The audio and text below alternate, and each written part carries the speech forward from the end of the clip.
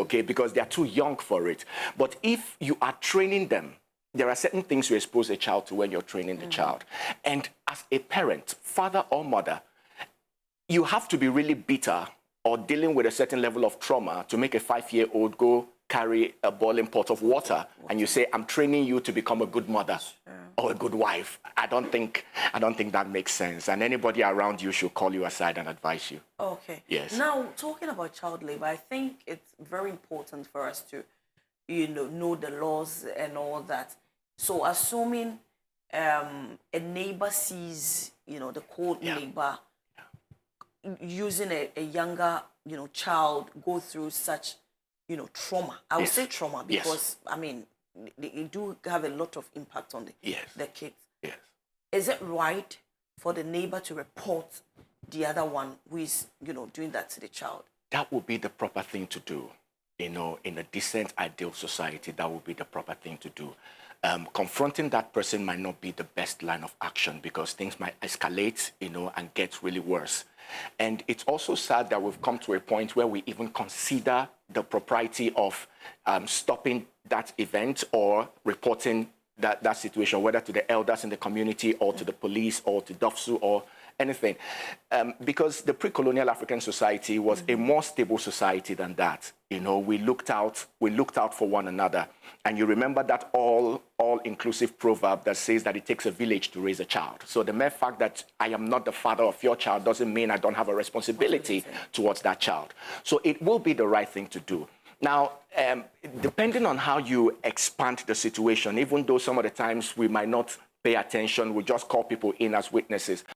You know that when you see a crime being committed and you look the other way, you are as guilty as the person committing the crime.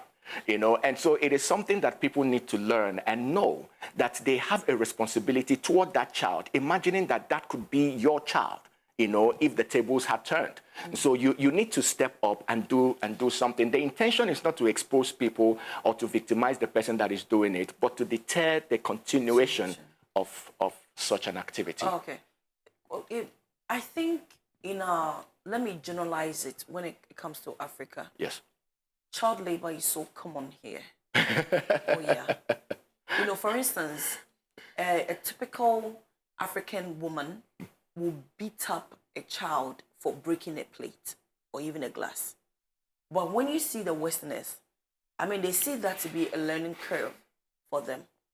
What is making them see something positive out of the act being committed by the child?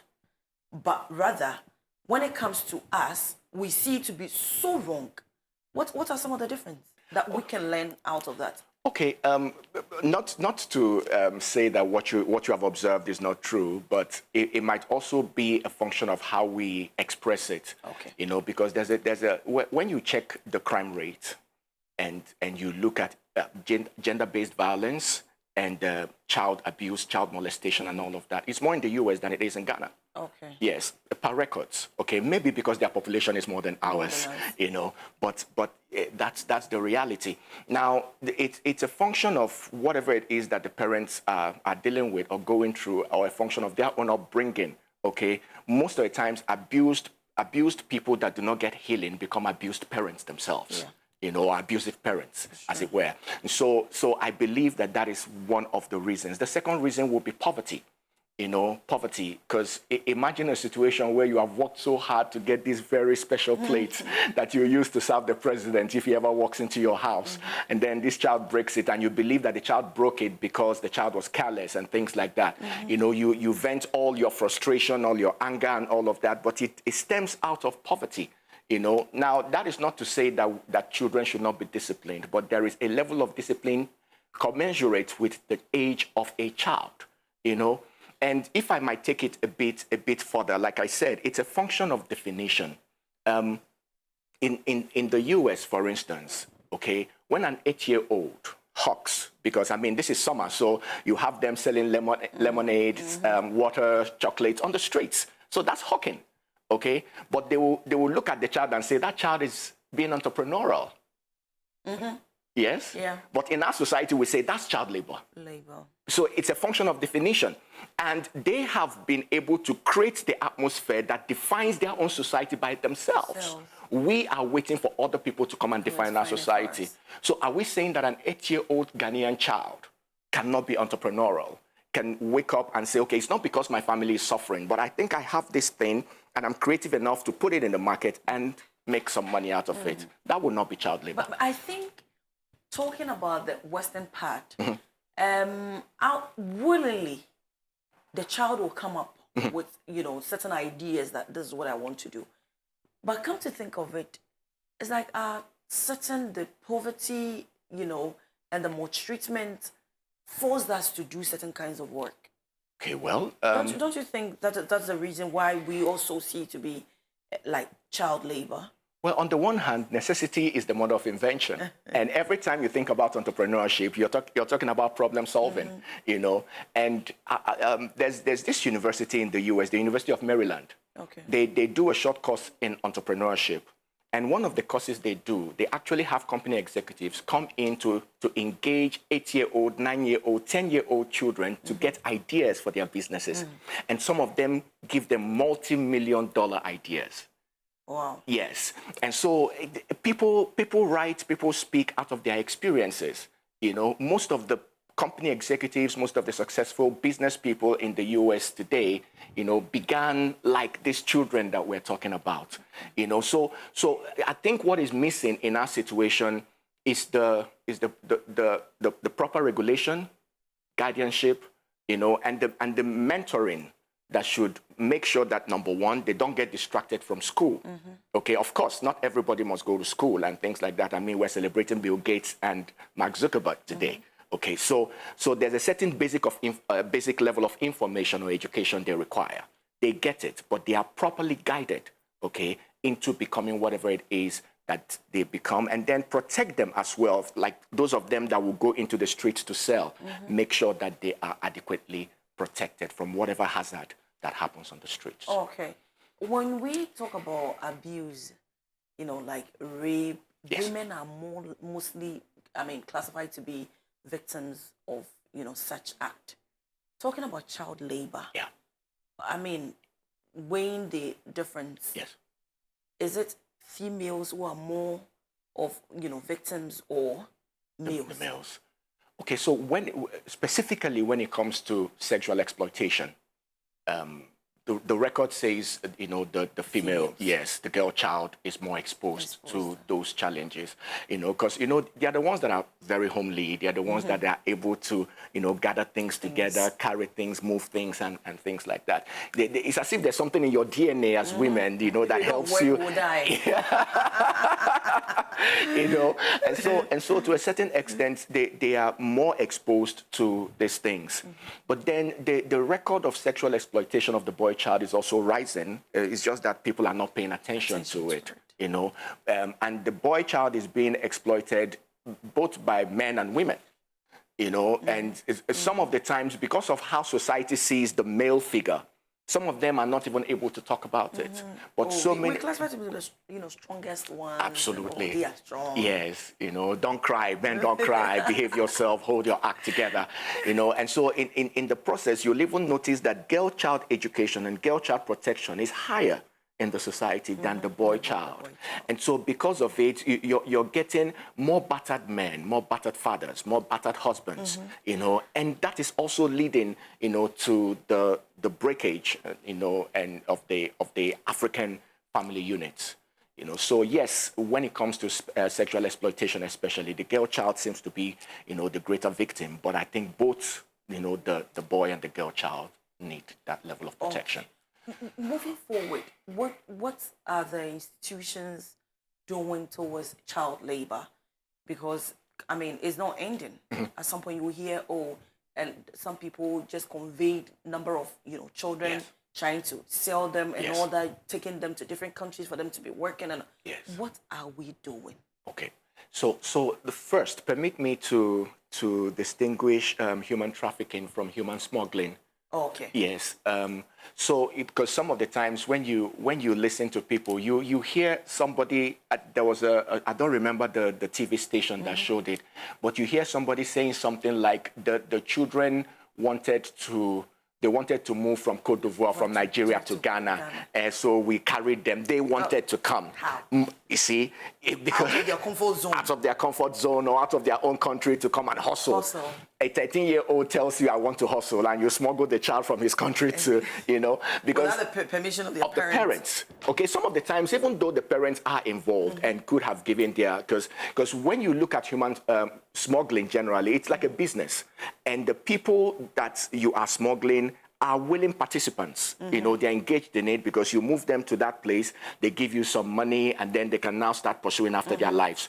But for the fact that this child is less than 16, does not have that level of say, okay, in the choices that he or she is supposed to make and all of that. So even if the child is saying to you, I want to hustle, at 15, at 16, at 17, you need to be careful how you manage that situation, because it might still be interpreted as human trafficking.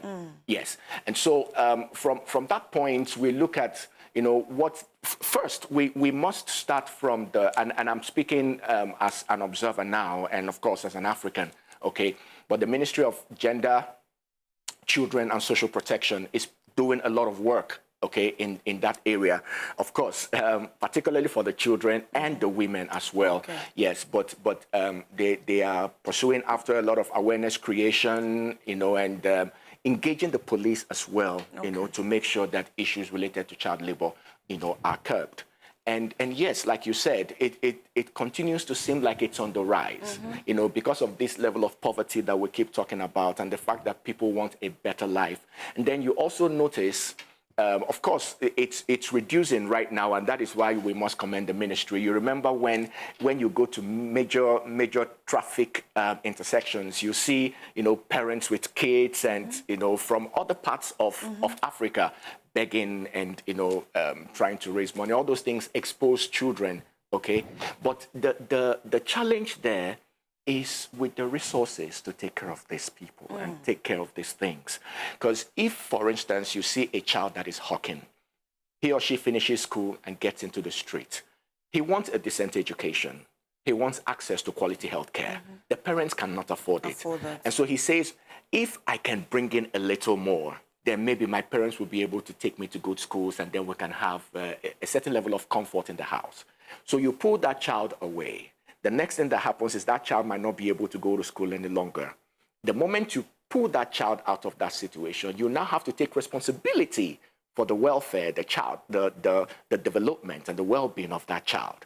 Okay, so it becomes cost-oriented one way or another. So that is one of the challenges, resources to do this. But you have donor agencies, you have funders, you have private organizations, that continue to see how they can put resources together to do this. And then you have children's homes that are set up through the social welfare, okay, that are also accommodating these children. Yes, and giving them first a shelter, okay, giving them the mentorship and the direction that they need.